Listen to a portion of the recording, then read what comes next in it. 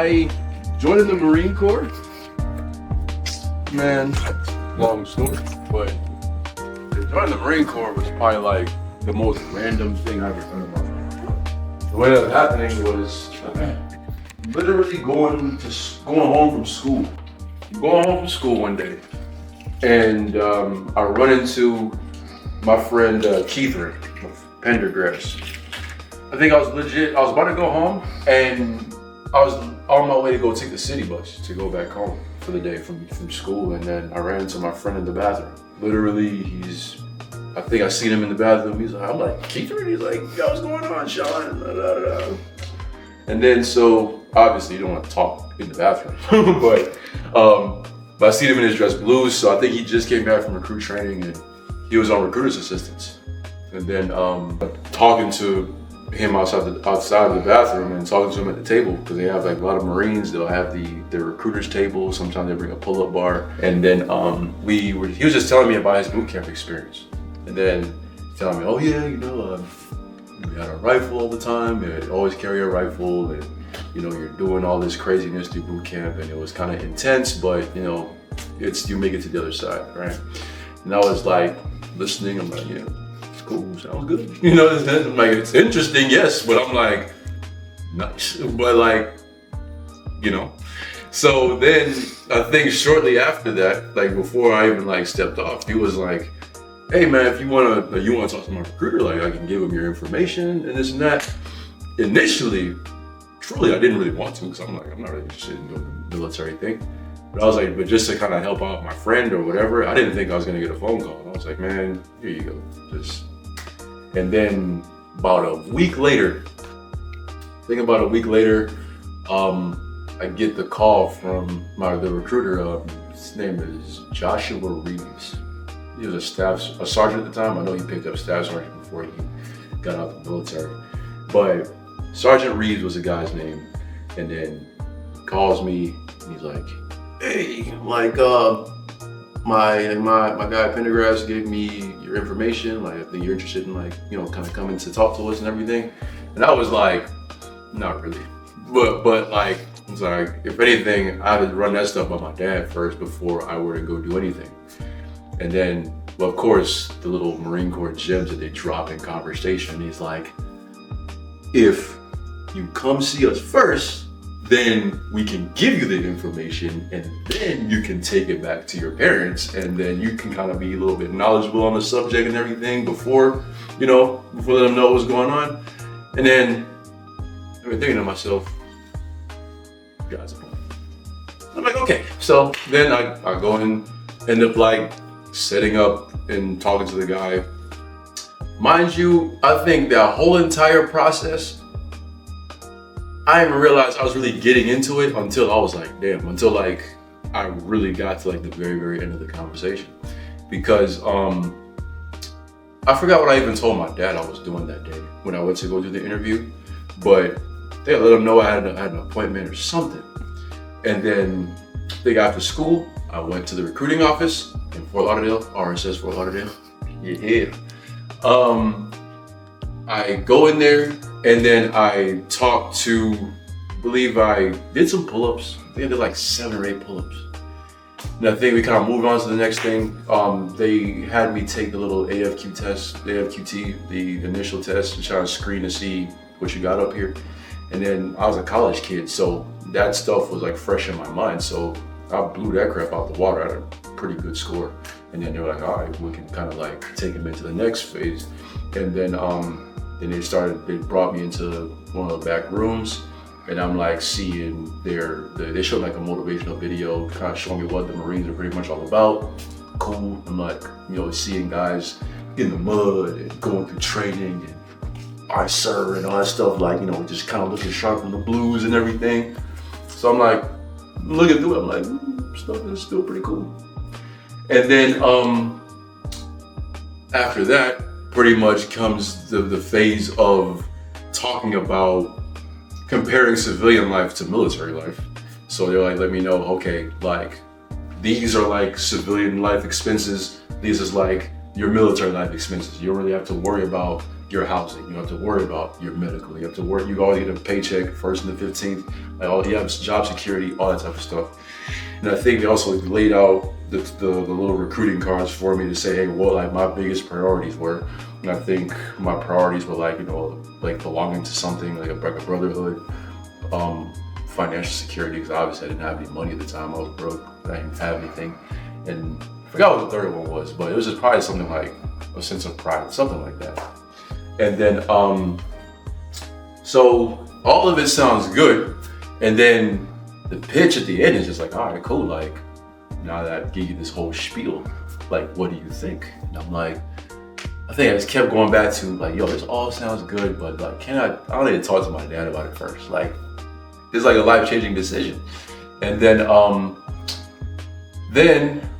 he was like, yeah, like we need an answer like now, because I got like my station chief, station commander, whatever, the gunnery sergeant in there. He was like, you need to answer before you leave. And I was just like, all right. So of course, laying everything out and then thinking about everything, it all sounded good. But I think, of course, the biggest thing that was important to me, especially at that time, was basketball. So then I was like, okay, if I join the Marine Corps, can I still play basketball? Like, that's the hub of my life. You know what I'm saying right now? Didn't really have hoop dreams, but I just love to play. I didn't want to be in a position where I couldn't play. And the guy was like, hey, yeah, we have like this like all Marine basketball team and this and that and the third. And I was like, okay, I'll do it. So then I was like, all right. Then I ended up going to see the station commander, talk to the gunnery sergeant Conananzo, I believe was his name. Cool dude. And then we kind of handshake it, and it was like, all right, cool. I'm about to go join. I'm about to be a Marine. And then kind of committed to it right there verbally. They got my verbal commitment. But then, man, I was so scared to go home because I knew like, just because I didn't know how my dad would react to it, right? That's the main thing I'm worried about, right? So funny enough, I think the recruiter dropped me home. And usually my dad was never home. My dad was either working or he was on the road, just doing stuff for his DJ and stuff to kind of plan for his next events and stuff like that. Dude was almost never at the crib. But then magically, it's at like 3 or 4 o'clock in the evening, I get home and this man is at the house. And I'm like, oh my God. So that's the thing. And usually, of course, in my household, when you go at home, you gotta acknowledge your parents. I'm like always like, we fist bump, whatever. So like, I go to my pops, I'm like, hey, what's going on? How's your day? Yada, yada, yada, yada. And then like, that just kind of just got right to it. I was like, hey, like, what do you think? I was like, man, what do you think about like, like the military? You know what I'm saying? And he was like, he thinks it's all right. Like, he's like, it's a cool thing. But he was like, he's like, he thinks it's a cool thing. And I'm like, cool. So I'm like, just so you know, I'm gonna talk to a Marine recruiter. And I'm like, I kind of like verbally agree to do this thing. And then he was like, yeah, I think it's good for you. So like, I think from what I remember him saying too, it was like, of course I'm living under his house, under his rules and stuff. He was like, if it was really entirely up to him, I wouldn't have done it. Like, he wouldn't have let me do it. But I think at that time I was 19, about 19. And then so he knew at some point I was going to have to make my own grown man decisions. And he just wanted to just give me the platform to just kind of like let me just, pretty much hold me in his hands and just throw me into the air and just let me just fly, pretty much. And then so once he was like on board and like with it, it was like a big weight off my shoulders. I was really anxious about how he'd be about it. But truly, let's say this long ass story, just to be like, hey, like, that support system that you get from home, it really does mean a lot. And then not only did I get the support from him, got support from my grandmother, aunties, uncles, like sister, whoever, like everybody who was in my grid square in Fort Lauderdale at the time, or who had an arm's reach to me. Like everybody was really pushing for me to go do this thing. And then everybody knew it was going to be like a life-changing decision for me, and they thought it would be a great thing for me to do, especially at the time where I didn't really feel like my life had direction, but I just didn't know what the next thing was going to be.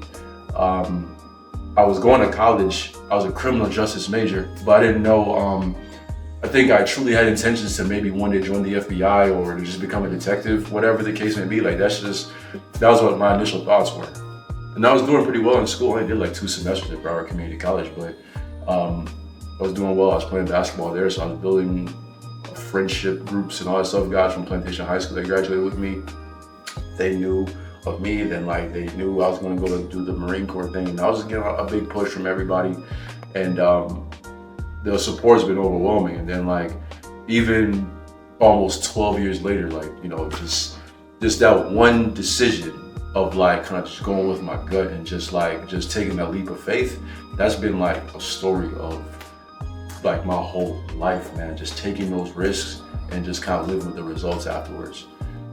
From doing the Marine Corps, joining the Marine Corps, and even just taking the challenge of like trying long distance with my now spouse. Like there's like so many different things that that life has threw me so many different curveballs, but we've been able to overcome every obstacle and been here through it. Try to stay 10 toes down throughout the whole entire process, and like never really getting too high, never really getting too low. I think that's a big hub of where like the Humble Hooper moniker comes from. I try to stay even keel. I don't try to like let my success give me a big head. I just try to stay hungry all the time, stay urgent, and just try to be a good person throughout the whole process, no matter what's going on. Always remember the little people, remember the big people, because everybody has an impact on your life. It could be positive, negative, but it's all what you do with that, how you withstand and overcome that is pretty much the test of the character. So yeah, man. But joining the Marines, one of the best decisions of my life that I could have possibly made. And 12 years in almost, and I'm almost at the finish line with like 8 years to go. And we'll just taking this thing 1 year at a time, 1 day at a time, and try to keep one foot in front of the other every time throughout the journey. So definitely blessed to be here, blessed to have a platform, blessed to like have so many dope people in my life, and just want to keep inspiring people. That's really all it is, man.